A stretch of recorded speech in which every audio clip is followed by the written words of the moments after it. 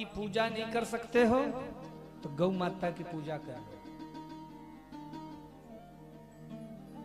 सारे देवी देवताओं का स्थान है गौ माता के शरीर में, और गाय के महाराज गौमूत्र की और गौ गोबर की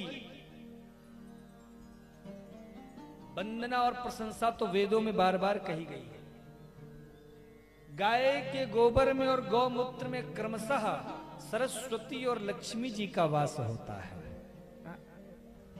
इसीलिए कहा गया जिस घर में गाय रहती है ना महाराज, उस घर में लक्ष्मी अवश्य आती है। हमारे वेदों में हमारे संतों ने इसीलिए गौ सेवा को बार बार कहा है। और देखो महाराज कैसी आज अपनी कथा में कृपा है कि आज अपनी कथा में महाराज गौ माता भी दर्शन दे रही हैं और साथ साथ पवन देवता और इंद्र देवता भी कृपा कर रहे हैं। यही तो प्रभु का चमत्कार है साहब, है ना। अभी देखो हमारे आयोजक लोग डर गए कि ऐसी जोरदार व्यवस्था नहीं करी, अगर कहीं झमझमा के बारिश हो गई तो क्या होगा। हमसे तो इन्होंने कहा था, बोले महाराज जी हमने सारा वो पढ़ लिया पेपर अखबार, अब 7 दिन बारिश वारिश नहीं होनी। और देख लो महाराज हो गई ना।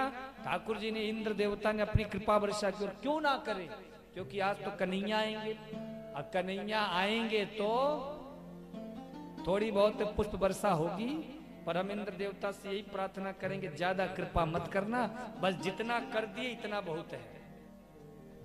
कहो वकील साहब किधर गए, कहाँ, अच्छा दिख रहे हैं, हाँ ठीक है ना, इतना कि और करवाया जाए अभी, ठीक है ना। वहां से कह रहे, बोले बस महाराज, नहीं तो प्रसादी शादी का टेबल लेकर निकल लिए थे सबके साथ। मैंने कहा रुको रुको अभी लाओ, चिंता मत करो, इतना ही होगा।